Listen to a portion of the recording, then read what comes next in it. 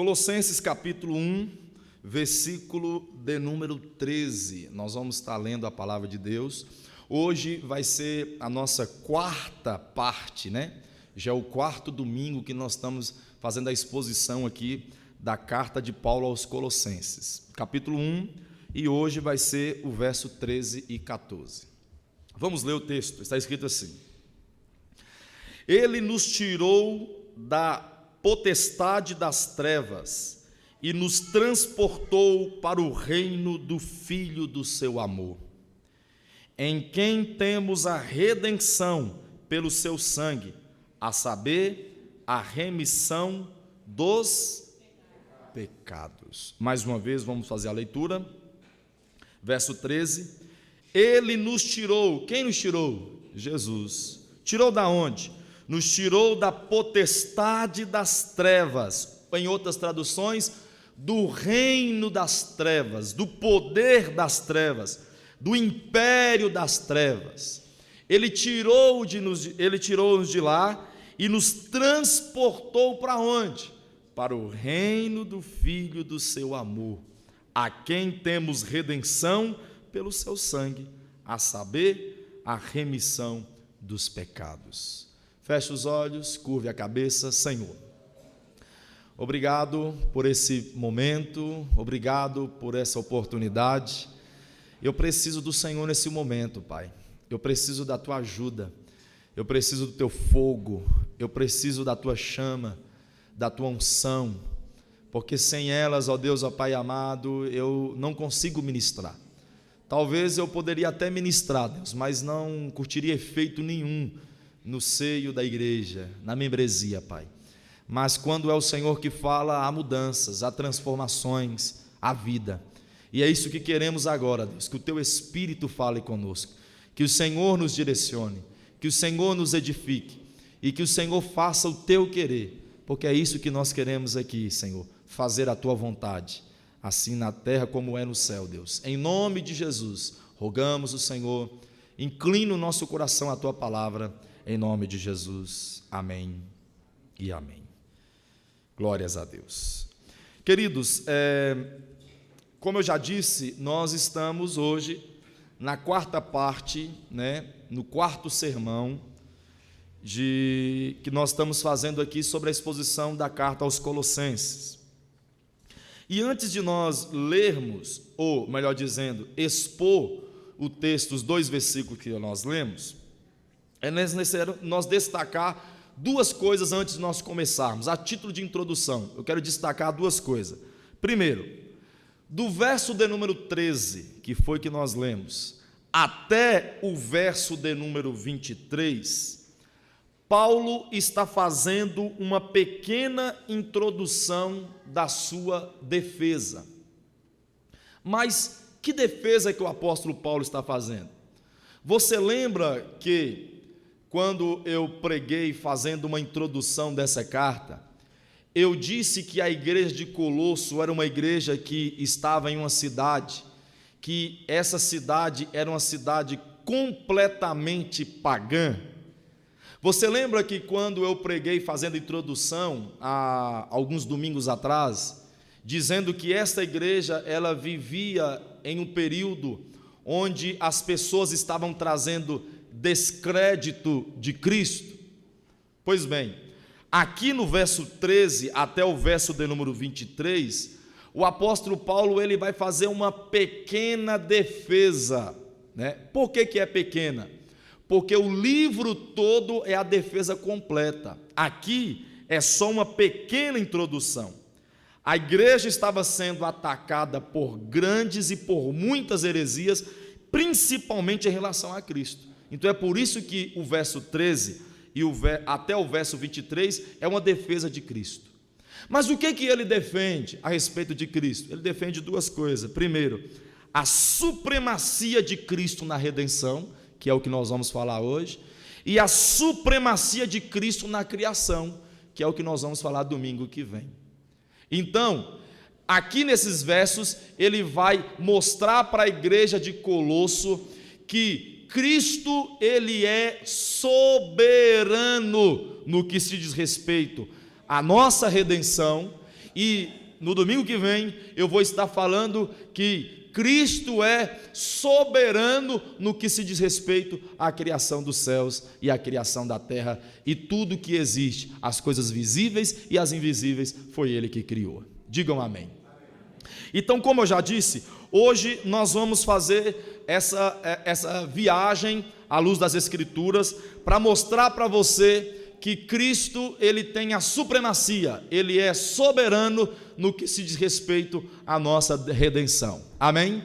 Vire para o seu irmão e diga: Jesus vai falar com você agora em nome de Jesus. Amém? Agora volte os olhos ao texto, deixe a sua Bíblia aberta, por favor, que nós vamos agora estudar e aprender algumas coisas aqui que é visível no texto. Verso de número 13. Ele começa dizendo assim: Ele nos tirou do reino das trevas e nos transportou para o reino do Filho do seu amor. Digam amém. Eu queria fazer aqui algumas observações com a igreja, para que a igreja possa entender e compreender esse texto. A primeira observação que nós podemos tirar, ou observar, ou ter aqui, é que nós não vivemos sob o domínio das trevas. Vou repetir. Primeira observação que eu quero trazer para a igreja: nós não vivemos sobre o domínio das trevas. O chamado trevas aqui, quando o Paulo está falando que existe um domínio das trevas, e quando ele fala de trevas, o apóstolo Paulo está falando de um reino de destruição. Nós, cristãos, não fazemos parte deste reino de destruição. Quando o apóstolo Paulo utiliza a palavra trevas, ele está falando de mentira, ele está falando de engano, ele está falando de devassidão, e principalmente o apóstolo Paulo está falando sobre rebelião contra Deus. Então nós entendemos e observamos que quem é cristão, ou quem está em Cristo, ele não está debaixo deste domínio, ele não está debaixo desse domínio das trevas, ele não vive em destruição, ele não vive sobre mentira, ele não vive sobre engano, ele não vive sobre devassidão. Pastor, o que é devassidão? É tudo aquilo que relaciona ao sexo fora do casamento e aos seus derivados. Isso é devassidão. O cristão verdadeiro que foi e está em Cristo Jesus, ele não vive em rebelião contra Deus. Olha para você ver, está explícito aqui para nós no verso 13, que estar sobre o domínio das trevas é estar sobre o domínio das mãos do inimigo, está sobre os domínios da mão de Satanás. E eu pergunto para você: o diabo, ele tem algum tipo de poder? O diabo tem algum tipo de domínio? Se nós olharmos à luz das Escrituras, nós vamos perceber que de Gênesis até o Apocalipse e até hoje, existe uma interferência de Satanás. Satanás, o diabo, ele sempre vai trazer ou tentar trazer domínio, tentar escravizar pessoas. Nós olhamos isso lá no Éden, quando Satanás tentou escravizar Adão e Eva. Nós olhamos isso também ali com Davi, quando Satanás usou muitas pessoas para tentar escravizá-lo. Nós olhamos para vários homens de Deus à luz das Escrituras, através da palavra de Deus, onde Satanás estavam agindo, trabalhando. Talvez o texto mais conhecido da igreja seja o texto onde fala daquele homem conhecido como endemoniado de Gadara, que era um homem possuído por demônios, que vivia sobre sepulcros, onde algemas e cadeias não podia prendê-lo. Por que não podia prendê-lo? Porque ele estava sobre os efeitos e os domínios das trevas. Perceba que esse domínio das trevas ainda é presente nos nossos dias. Quando você sai daqui da igreja e começa a caminhar pelas esquinas, pelas ruas, pelos valados de Montes Claros, você consegue ver um monte de domínio de trevas de Satanás, um monte de bares que são domínios de Satanás, um monte de boca de fumo que são domínios de Satanás, são domínio dele, é permissivo e é direcionado por ele. E nós, como cristãos, devemos entender que hoje nós não fazemos mais parte desse domínio, nós fazemos parte do domínio de Deus. Digam amém. O que eu quero que você entenda é que sim, existe uma ação diabólica, que sim, existe uma ação maligna, e que nós, cristãos, nós temos a mania de viver os extremos. Como assim, pastor? Existem muitos cristãos que quando se diz respeito, a igreja brasileira, quando se diz respeito a diabo, eles estão vivendo o extremo. Como assim? Eles estão vivendo o extremo no sentido que, quando fala-se sobre Satanás e sobre o seu domínio, as pessoas não importam. As pessoas pensam que isso é mentira. As pessoas não se atinam, ou não se atentam, ou não se alarmam, ou não se aguçam a essas coisas. Em contrapartida, existem outras pessoas que vivem outro extremo. E que seria esse extremo? Aquelas pessoas que dão tudo para Satanás. Em que sentido? Se ele está com dor de cabeça, foi o diabo que colocou. Se ele tropeça, bate o pé numa pedra, ou na quina da porta, ou na quina do pé da mesa, ele atribui a Satanás. Uma coisa que ele errou, que ele pecou, que ele fez de errado, ele atribui ao inimigo. E dar muito poder, ou talvez dar muito ibope ao inimigo. Eu quero que você entenda que você não está mais sobre o domínio dele. Que sim, nós devemos estar atentos, porque a Bíblia diz que o diabo é como o leão que ruge, procurando alguém que possa tragar.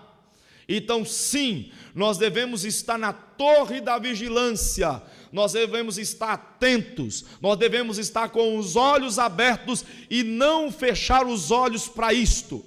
Nós devemos estar atentos, mas em contrapartida, nós devemos entender que ele não nos domina mais e ele não toca em nós. Porque se ele é como o leão que ruge procurando alguém que possa tragar, Jesus está ao nosso derredor, e ele não é como um leão, ele é o leão da tribo de Judá. Então devemos entender essa observação, a observação que nós não estamos mais sobre o domínio das trevas. Aleluia. Eu vou repetir para você glorificar, porque é uma oportunidade boa para você adorar. Nós não estamos mais sobre o domínio das trevas. Aleluia. Segunda observação que eu quero trazer para vocês ainda no verso de número 13. Volte os olhos ao texto. Verso de número 13. Verso 13, parte A. Ele nos tirou. Irmão, vou repetir. A oportunidade para você adorar aí. Ele nos tirou. Segunda observação que eu quero trazer para a igreja. Foi ele que nos tirou. Tirou da onde, pastor? Ele nos tirou das trevas. Ele nos tirou do domínio das trevas, do império das trevas. Quem foi que nos tirou do domínio das trevas, da mentira, do engano, da rebelião contra Deus? Foi o nosso próprio Deus. Foi ele que nos tirou. Não é isso que está escrito aí? Não é isso que está escrito no texto? O apóstolo Paulo diz assim: Ele nos tirou do domínio das trevas. E diante disso eu quero destacar 3 coisas para você. Olha que coisa mais linda é o que eu quero destacar. Quem foi que nos tirou? Jesus. Agora pergunta, por que Ele nos tirou? 3 coisas que eu vou te mostrar aqui, por que Ele nos tirou. Primeiro, Ele te tirou do reino das trevas, sabe por quê? Porque Ele quis. Aleluia. Ele nos tirou das trevas, sabe por quê? Porque Ele quis. Você sabe por quê? Porque Ele é soberano. E quando eu digo que Deus e que Cristo e que o nosso Senhor, Ele é soberano, a soberania ou a qualidade de quem é soberano, uma qualidade que é inerente a quem é soberano, é fazer o que quiser. Porque se Ele é soberano e não faz o que quiser, que tipo de soberania é essa? Quando nós olhamos a palavra de Deus, nós percebemos que a soberania de Deus é evidente, de Gênesis a Apocalipse, e que existe texto que nos fala tão claro e é tão gritante aos nossos ouvidos e salta aos nossos olhos, que muitas vezes nós não damos valor a isso. E que a soberania de Deus é real, é presente à luz das Escrituras, isso é inegável. Por exemplo, Filipenses capítulo 2, versículo 13, o apóstolo Paulo escreve assim: pois é Deus que efetua em você tanto o seu querer como o seu agir, de acordo com a sua vontade. Ele faz o que Ele quer, Ele faz como quer e da forma que quer, porque Ele é soberano. Efésios capítulo 1, versículos 5 e 6, está escrito assim, ó: Deus nos predestinou a sermos adotados como filho, por meio de Jesus Cristo, conforme a sua vontade, para o louvor da sua glória.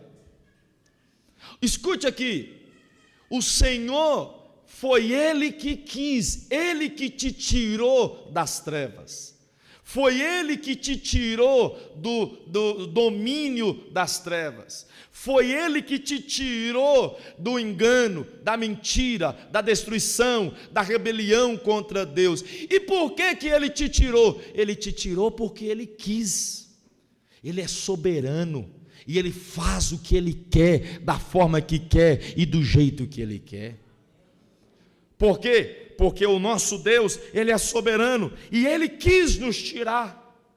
E quando nós falamos que Ele quis nos tirar, é um momento gracioso, é um momento maravilhoso, que nós temos para glorificar a Deus, exaltar ao Senhor, porque Ele quis nos dar a salvação. Agora entenda esse segundo ponto aqui, por favor, e volte a sua atenção toda para mim. Eu disse para você que quem te tirou das trevas foi Deus, não foi? E por que Ele tirou das trevas? Porque Ele quis. Segundo lugar, por que Deus te tirou das trevas? Sabe por quê? Porque você não tinha forças para sair. Você não tinha forças para sair das trevas. E quando você olha para Efésios capítulo de número 2, você vai ver o verso de número 1 e até o verso de número 3, a gente consegue enxergar isso. Olha para você ver o que está escrito: Ele nos deu vida, enquanto éramos mortos em nossos delitos e nossos pecados, porque em outro tempo nós andávamos conforme o destino deste mundo, segundo o chefe da potestade do ar, pelo espírito da desobediência. Nós éramos filhos da ira, por natureza. Olha o que a Bíblia está dizendo. A Bíblia está dizendo que nós somos filhos da ira. A Bíblia está dizendo que nós éramos filhos da desobediência. A Bíblia está dizendo que nós andávamos conforme o chefe da terra, o chefe da potestade do ar, que é Satanás. A Bíblia está dizendo que nós andava segundo o curso desse mundo, e a Bíblia está dizendo que nós estávamos mortos em nossos delitos e em nossos pecados. Quando eu olho para essas características que nós tínhamos antigamente, eu pergunto para você: existe possibilidade de alguém estar morto, alguém que ser conduzido por Satanás, ser conduzido pelo mundo, ser filho da desobediência, ser filho da ira, por si só se levantar das trevas e se transportar para o reino de luz? Nunca. E isso nós só conseguimos porque Deus, na sua bondade e misericórdia, quis ir lá nas trevas, te resgatar das trevas e colocar no seu reino de luz. Porque de nós mesmos nós nunca faríamos isso. Ao nosso desejo, ao nosso prazer, nunca. Hoje talvez você sente prazer. Hoje você sente alegria de estar em Deus. Por quê? Porque hoje você entende, o Espírito de Deus mora dentro de você e faz os seus olhos voltar para Deus e perceber o quão bom e quão maravilhoso é estar na presença dEle. Mas enquanto você vivia no reino de trevas, o seu corpo não desejava Deus, o seu prazer não era Deus, a sua vontade não era Deus. Mas por quê? Porque você estava morto. Mas Deus é misericordioso, viu que você não saía do buraco, Ele enviou Jesus aqui no buraco para te resgatar. Então Ele que nos tirou, primeiro porque Ele quis, Ele que nos tirou das trevas. Por quê? Porque você não tinha condição de sair sozinho. Terceiro lugar, Ele te tirou das trevas, sabe por quê? Porque Ele te ama. O amor de Deus é incondicional. Não importa, não adianta, você pode fazer o que for, o amor dele continuará. Mas eu quero que você entenda que eu estou dizendo aqui, e não estou dando margem para você pecar à bel vontade, porque se você pecar à bel vontade, você estará mostrando para mim e mostrando para a igreja, e principalmente mostrando para Deus, que você não foi transportado do reino das trevas para o reino de luz. Por quê, pastor? Porque quem está no reino do Filho de Deus, o pecado, ele não está sobre o domínio das trevas. Ele não vive conforme o percurso do mundo. Mesmo que pecamos, mesmo que erramos, mesmo que fraquejamos, mas mesmo assim não estamos sobre o domínio dele. E nós só temos a condição de ser transportado para este reino por causa do amor dele para conosco. Como pode Deus nos amar assim, sabendo que somos pecadores, sabendo que somos falhos? Não foi isso o louvor de ontem, não foi? Sabendo que somos pecadores, sabemos que somos falhos. Como pode Ele nos amar assim? De nos tirar das trevas e nos colocar na luz. Nós só estamos na luz graças ao amor dEle, graças ao poder dEle, graças à misericórdia do Senhor. Digam amém. Você pode levantar sua mão e adorar o Senhor por isso? Graças ao amor dEle.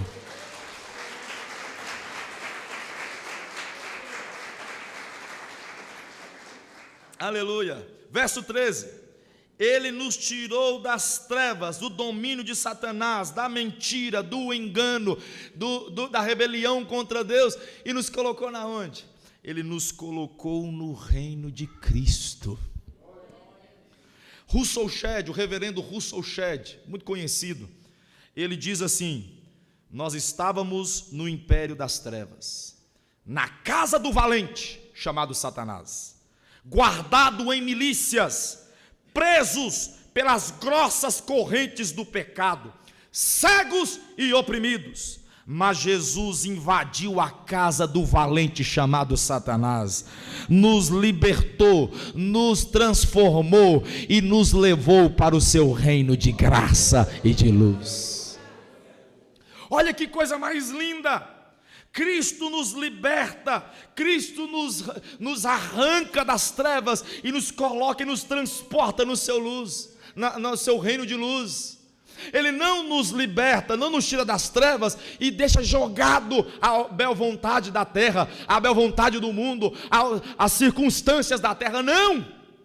Quando Cristo te tirou das trevas e colocou no seu reino de luz, meu irmão, Ele te tirou primeiro porque Ele quis, Ele te tirou segundo porque você não tinha força de sair, e terceiro porque Ele te ama, e colocou no reino de luz. E fique você sabendo aqui essa noite, que quando Ele te colocou no reino de luz, Ele também vai garantir que você permaneça nele.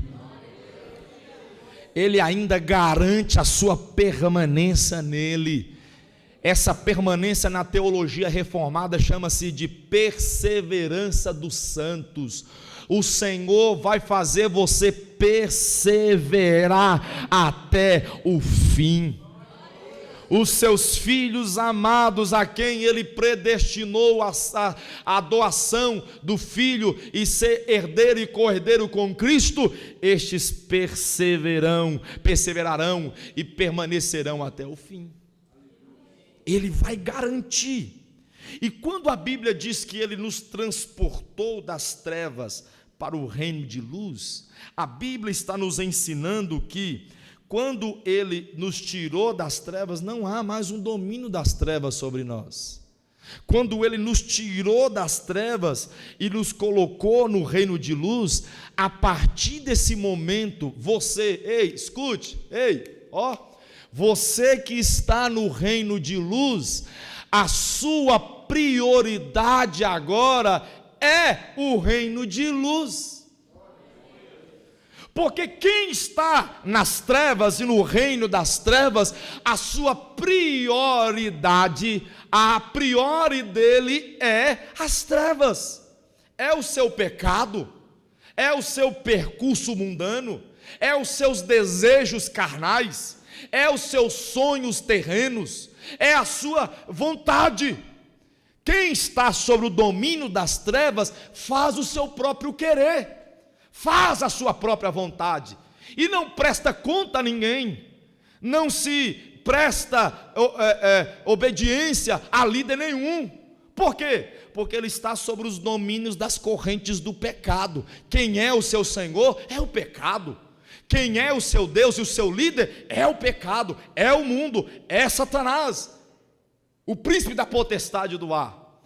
Mas para você que está aqui essa noite, me escute por favor, você que foi transportado do reino das trevas e transportado para o reino de luz, o seu Senhor agora é Deus, o seu Senhor agora é Cristo, a sua prioridade agora é Jesus. E você sim tem que prestar conta ao líder espiritual, ao anjo a qual Deus colocou como seu líder.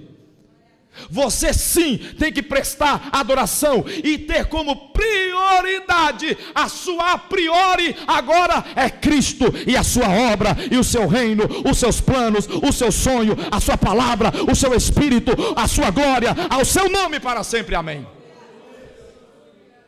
Se a sua prioridade não é Cristo, você não está aqui, você está aqui. Você não se converteu, você se convenceu. E há uma diferença gritante e alarmante, aqueles que se convence para aqueles que se converte. Porque quem convence, muda-se algumas atitudes. Quem converte, muda-se toda a vida. Todo o sentimento, todos os seus sonhos, todas as suas prioridades, a partir de agora são Deus, e é para a glória de Deus. Eu quero que você entenda aqui essa noite, que quem está no reino de Cristo, ele está porque foi Cristo que levou ele, e levou porque quis, levou porque você não tinha condição, levou, sabe por quê? Porque ele te ama. Ele te transportou para esse reino de luz aqui. E você que está no reino de luz, por favor, priorize Ele. Você que está nesse reino de luz, lembre dEle. Ore a Ele, cante a Ele, obedeça a Ele, tenha olhos para Ele, sonha o sonho dEle, porque Ele te escolheu dentre milhares e milhares, para que você pudesse estar aqui essa noite. É por isso que eu não consigo entender como que alguém consegue vir. Lógico que existem lutas e provas que muitas vezes nos faz perder o foco. Lógico que existem algumas lutas e algumas adversidades que nos faz muitas vezes vir para a igreja e não prestar no culto, não prestar um culto de adoração. Eu entendo isso, mas eu não consigo compreender como alguém que se diz cristão passa a vida toda dentro da igreja e até hoje não conheceu o dono da igreja. Se convenceu de quem é Cristo, mas ainda não converteu-se a Cristo. Eu não consigo compreender como que alguém vem para a igreja simplesmente por vir, salvo aqueles que estão passando por lutas, e nem as suas lutas seria motivo para você entregar um culto xoxo, uma oração xoxa, entregar uma adoração mentirosa, falsa, mecânica por metade. Meu irmão e minha irmã, você que é de Cristo, do reino de Cristo, tenha Ele como prioridade. Busque Ele, adore Ele, glorifique Ele, exalte Ele, pense nele, ande com Ele. Porque sem Ele, nós estamos aqui. Sem Ele, sem o Senhor, nós viveremos aqui. Sem Ele, nós estamos perdidos. Nós precisamos dele. Digam amém. Quarta observação, volte a olhar o texto. Quarta observação, agora no verso de número 14. Ele vai dizer assim, verso 14. Verso 13, ele nos tirou das trevas e nos transportou para o reino do seu Filho. Verso 14, em quem nós temos o quê? Primeiro, redenção. Segundo, nós temos remissão de pecados. Aleluia. Eu não falei com vocês que o apóstolo Paulo está mostrando para a igreja de Colosso que Jesus é a supremacia. Eu não falei que ele está mostrando para a igreja de Colosso a soberania de Cristo na salvação. Olha a soberania dele aí, ó. Cadê, pastor? Olha a soberania dele aí. Ele te tirou das trevas porque quis. E agindo Deus, quem impedirá? Se o Senhor quiser fazer, quem vai bater? Quem vai dizer não?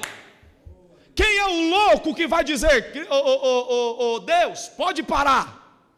Quem é que tem poder para barrar a ação de Deus? Ninguém pode parar o agir e o trabalhar do nosso Deus. E ele olhou para o meio do inferno e falou: eu quero salvar os meus filhos. Foi lá e salvou e transportou ele para o reino de luz. E além de transportá-lo ao reino de luz, ele redimiu, ele perdoou e deu-lhe a redenção. O que é redenção? Voltar ao lugar, restaurar. Restaurar o quê? O nosso contato e a nossa paz com Deus. Nós só podemos ter contato e paz com Deus através da pessoa bendita de Cristo. Sem Cristo não tem conversa. Deixa eu repetir. Sem Cristo não tem conversa. Cristo é o único que pode te salvar. Cristo é o único que pode te salvar. Nele temos redenção e nele somos perdoados. Através dele somos transportados para o reino de luz e somos sustentados nesta luz, porque ele é misericordioso. Aleluia. Você pode levantar sua mão sem palmas, só levantar a sua mão e prestar para ele pelo menos 30 segundos de adoração ao nome dele. Você pode fazer isso? Aleluia. Não faça porque eu estou pedindo, faça de coração. Faça de coração. Aleluia. Glórias a Deus. Obrigado, Senhor. Obrigado, Jesus, por ter nos amado. Porque não teríamos forças, não conseguiríamos de nós mesmos, mas o Senhor nos deu esse privilégio. Aleluia. Oh, glórias ao Senhor. Glórias a Deus. Digam amém. Agora, pastor, o que nós aprendemos com tudo isso? Qual é a aplicação? Qual é a aplicação de tudo isso que nós aprendemos? O que nós aprendemos? Nós aprendemos que Cristo é soberano. Digam amém. O Senhor é soberano. Ele é soberano e Ele nos tirou das trevas, nos transportou para o seu reino de luz, nos trouxe novamente paz com Deus, perdoou os nossos pecados, e hoje nós podemos orar e falar com o Pai, podemos orar e falar com Deus. Nós temos o privilégio de clamar a Deus e ser respondido, e ser abençoado, e falar e conversar com Deus, e ter a resposta das nossas orações. Graças a quem? Graças a Jesus. Porque estamos no reino da sua luz, porque estamos debaixo da luz de Cristo, porque estamos debaixo dos créditos de Cristo, porque Cristo, Ele se humilhou a si mesmo, veio em forma de homem, obedecendo a Deus e obedecendo até a sua morte de cruz. E por causa da sua morte de cruz, Deus o exaltou soberanamente e deu um nome que é acima de todo o nome, do qual todo joelho se dobrará, debaixo da terra, em cima da terra e nos céus, e toda língua confessará. Confessará o quê? Que Jesus Cristo é soberano e Senhor. Esse Cristo nos deu essa condição de podermos adorá-lo. E o que é que nós aprendemos? Qual é a aplicação? Eu queria reportar a igreja e lembrar a igreja, engraçado, que, por ter falando e lembrar, que eu vou me reportar à igreja em Lamentações capítulo 3. Lamentações capítulo 3 fala assim, ó: quero trazer à memória aquilo que me dá esperança. Vou repetir: quero trazer à memória aquilo que me dá esperança. Só que existe uma coisa que me entristece, é saber que nós brasileiros, eu vou falar do Brasil porque eu sou brasileiro, não sei se todo mundo do mundo é assim, mas nós brasileiros, nós temos um defeito gigantesco. Um não, dois não, 50 mil. Mas eu queria destacar um dentre esses defeitos, que é esquecer. Nós temos a mania de esquecer as coisas muito rápido. Vou te dar um exemplo bobo aqui. O jogador chega na cara do gol e erra. A torcida vaia, grita, manda tirar, xinga de burro. Passado 10 minutos, ele vai na cara do gol e faz o gol. E todo mundo alavanca ele para cima, e alarma ele para cima, e grita o seu nome, cinge ele nos ombros e põe como herói. Mas espera aí, não estava vaiando aqui há alguns minutos atrás? O brasileiro tem a mania de esquecer. O político, ele faz uma burrada, se esconde, depois volta como herói, e o brasileiro coloca lá de novo.